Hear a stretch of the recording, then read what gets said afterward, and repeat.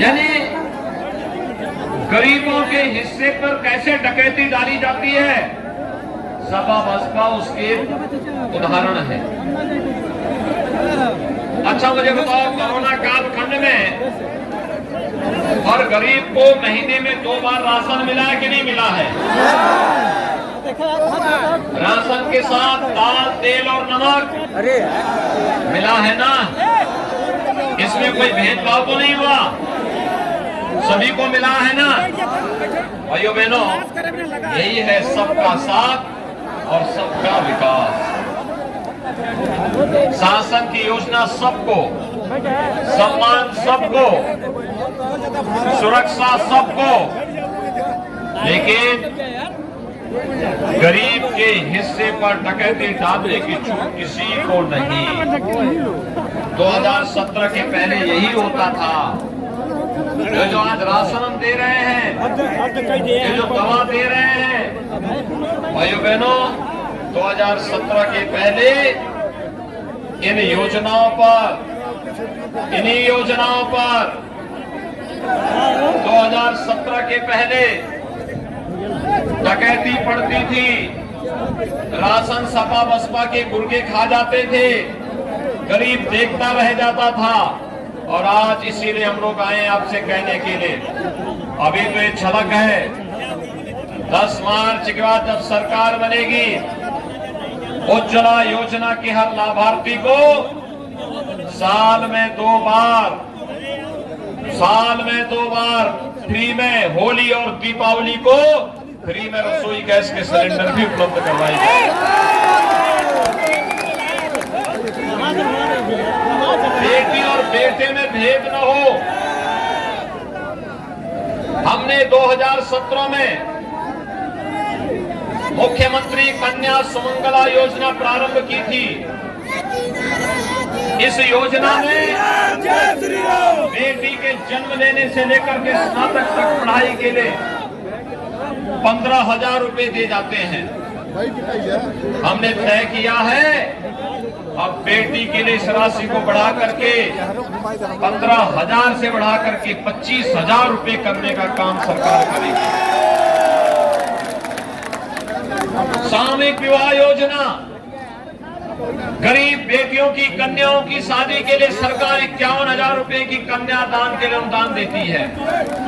और भाइयों बहनों, 10 मार्च के बाद जब सरकार आएगी तो अगले 5 साल के अंदर इस राशि को बढ़ाकर 51,000 से बढ़ा के 1 लाख करने का कार्य सरकार करेगी।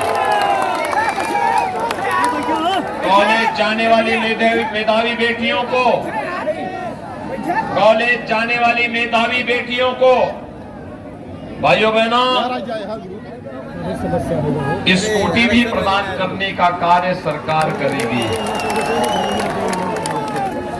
अन्नदाता किसान जिन्होंने ट्यूबवेल का कनेक्शन लिया है, बिल देते हैं, अगले 5 साल में व्यवस्था करेंगे किसी अन्नदाता किसान को बिजली का बिल न देना पड़े, उन्हें फ्री में बिजली के लिए, सिंचाई के लिए पानी मिल सके।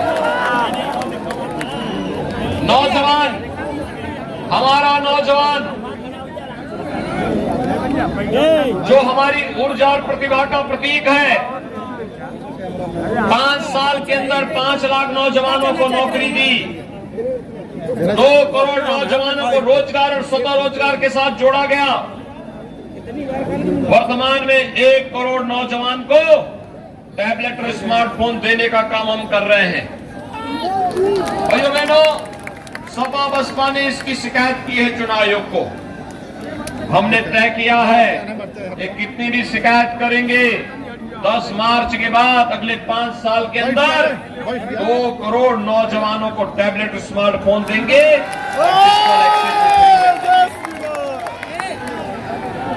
अगले 5 साल के अंदर, अगले 5 साल के अंदर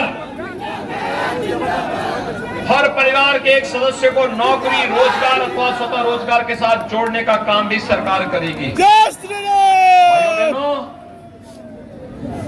वृद्धजनों, विधवा महिलाओं और दिव्यांग जनों की पेंशन की राशि समाजवादी पार्टी की सरकार ने रोक दिया था। 300 रुपए पेंशन मिलती थी उनको। हमने उस राशि को बढ़ा करके 12,000 रुपए सालाना किया है और हमारा प्रयास है अगले 5 साल के अंदर इस राशि को 12,000 से बढ़ा करके 18,000 रुपए सालाना मिलने चाहिए। भारतीय जनता पार्टी सबका साथ, सबके विकास के भाव के साथ कार्य करती है। और भाइयों बहनों, भारतीय जनता पार्टी की सरकार के कारण ही आज भदोही के कालीन उद्योग को फिर से वैश्विक मंच पर मान्यता मिलती हुई दिखाई दे रही है।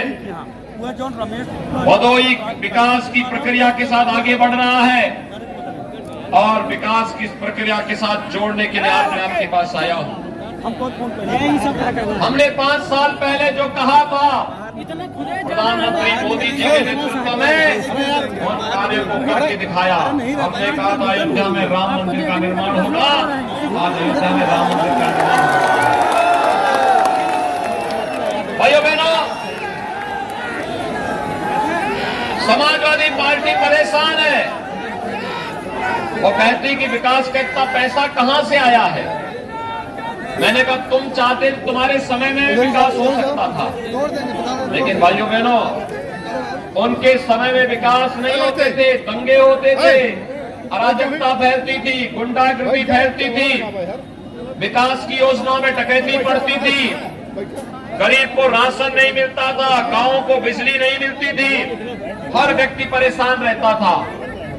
लेकिन भारतीय जनता पार्टी की डबल इंजन की सरकार ने अपने कार्यक्रमों को जिस मजबूती के साथ आगे बढ़ाने का काम किया है, आज वह किसी से छुपा हुआ नहीं है। और इसीलिए आज आपके सामने आ रहा हूं।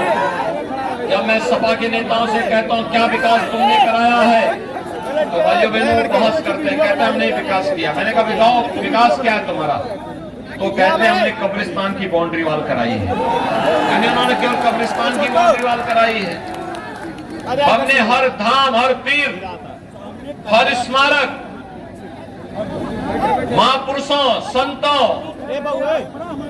स्वतंत्रता संग्राम सेनानियों, इन सब के स्मारक और धामों को न केवल उनका पुनर्निर्माण और पुनरुद्धार का कार्य किया है, बल्कि इसको एक नई पहचान भी दिलाने का काम किया है।